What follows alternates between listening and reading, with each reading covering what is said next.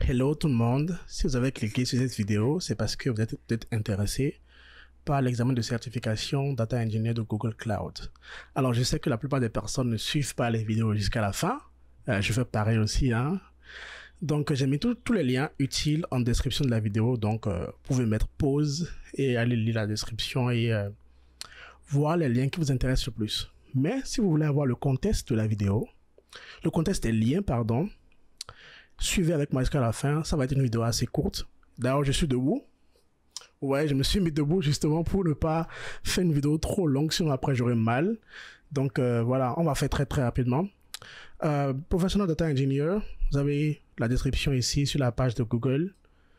Ça dit clairement ce que Data Engineer fait. Donc il crée des pipelines de données, il gère la collecte, l'ingestion de la donnée, le traitement de la donnée, sauvegarde de la donnée.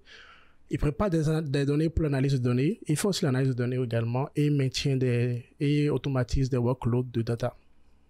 Bref, ça vous le connaissez probablement déjà. Si vous ne connaissez pas assez, allez regarder cet épisode-là dans mon podcast. Le lien dans la description aussi. Comment devenir Data Engineer en 2023. Ça, je l'ai fait avec mon pote Godson Kalipé, qui est Data Engineer en France. Il est certifié AWS et également aussi, il prépare sa certif Google Cloud parce que je l'ai eu en décembre et là, lui, il a envie de le faire également aussi. Et pour la petite histoire, c'est lui qui m'a encouragé à passer la certif Data Engineer cette année. Bref, c'est un métier qui est en forte demande sur le métier de la data. Et avoir la certification peut être une bonne première étape, non seulement pour apprendre beaucoup de choses, mais aussi pour avoir un élément, une ligne sur votre CV pour qu'il passe le filtre. Alors, l'examen se passe, allons très rapidement dans les ressources que je vais vous proposer. Hein. Je vais vous montrer ma manière à moi de me préparer. Et je vous recommande de suivre d'autres vidéos également aussi, parce que c'est ce que j'ai fait. Je me suis entraîné en lisant plusieurs ressources. Donc, considérez cette ressource comme l'une des ressources. Si ça vous correspond, parfait. Si ça ne vous correspond pas, allez vers d'autres ressources également. Bref, voici la page de l'examen pour vous enregistrer, pour cliquer sur ce bouton-là. Bref, le plus important, c'est quoi? C'est d'abord que l'examen dure 2 heures. Vous avez 50 questions. Et ensuite, c'est en anglais. Donc, si vous ne maîtrisez pas l'anglais, laissez tomber. Allez apprendre l'anglais d'abord. Maintenant, si vous maîtrisez l'anglais, on peut commencer à parler, puisque les ressources sont en anglais. Tout simplement. Mais quoique, hein, là, je réfléchis, pourquoi pas un cours Data Engineering sur Google Cloud en français? Mais j'ai clairement pas le temps actuellement de le faire sur Udemy. Ce sera trop lourd pour moi. Donc, peut-être qu'on va continuer les vidéos YouTube dans ce sens-là. Bref, l'examen a 5 sessions et il faut les savoir. 5 sessions, c'est d'abord la première session, comment on design des systèmes de processing de données. Vous allez lire tout ceci. Hein. Je ne vais pas rentrer dans les détails. Comme vous l'avez vu, c'est 22% de l'examen. Vous avez l'injection et le traitement de données. Qu'est-ce qu'il faut choisir en Dataflow, Dataproc, tout ça. C'est 25%.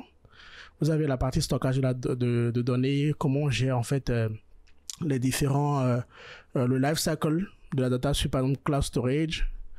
Est-ce qu'il faut utiliser Bigtable ou Cloud SQL? Dans quel cas? Quelles sont les meilleures pratiques? Vous avez après la saison 4 qui s'agit tout ce qui est analyse de données, tout ce qui est BigQuery, 15% de l'examen. Puis après, le traitement, automatisation des workloads, ça, on parle de Cloud Composer qui est un Airflow géré. Voilà, on parle de beaucoup d'autres choses. C'est quoi ce message WhatsApp là qui me dérange? Bref, voilà les 5 domaines dans lesquels vous devez vous former. Et pour le faire, après avoir lu ceci, je vous recommande très rapidement, d'abord d'aller sur cette page-là. Cloud Skill Boost.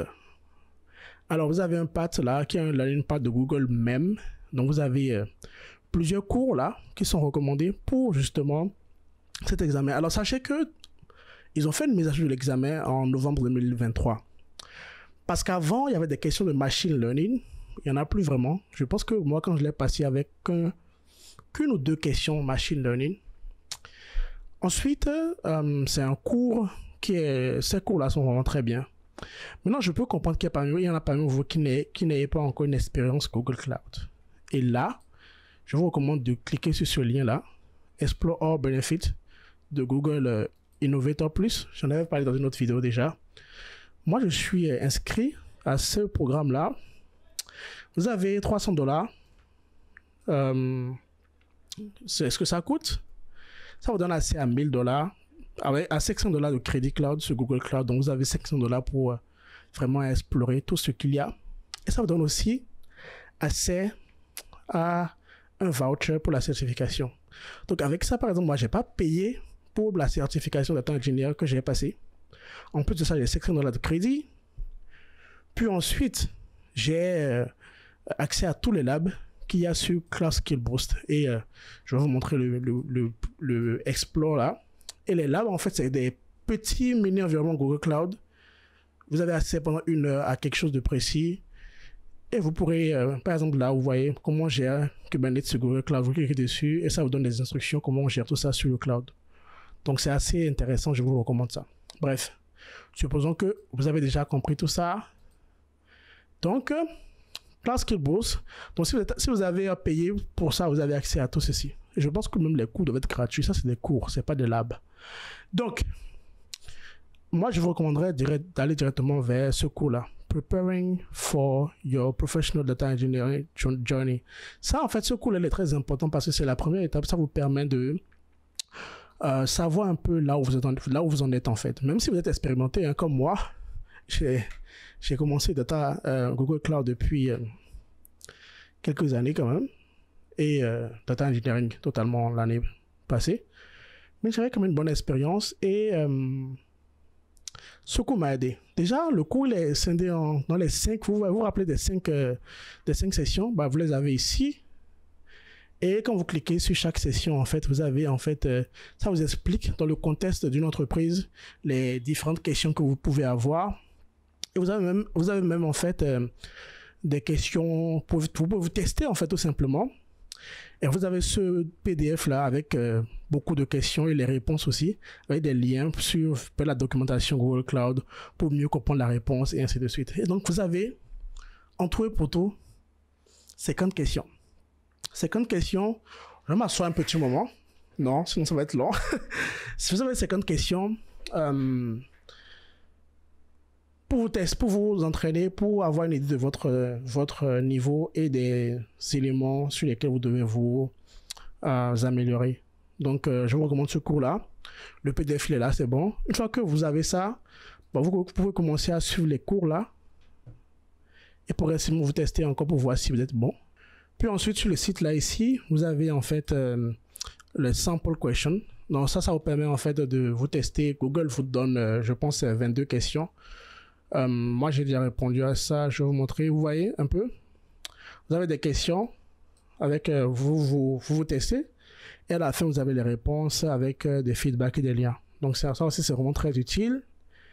Et à la fin, vous avez aussi comme ressource Exam Topics, où ici, en fait, c'est la communauté qui met les questions qu'ils ont eu à voir dans l'examen. Ils mettent ça sur Exam Topics ici. Donc, vous pouvez lire un peu ici, voir un peu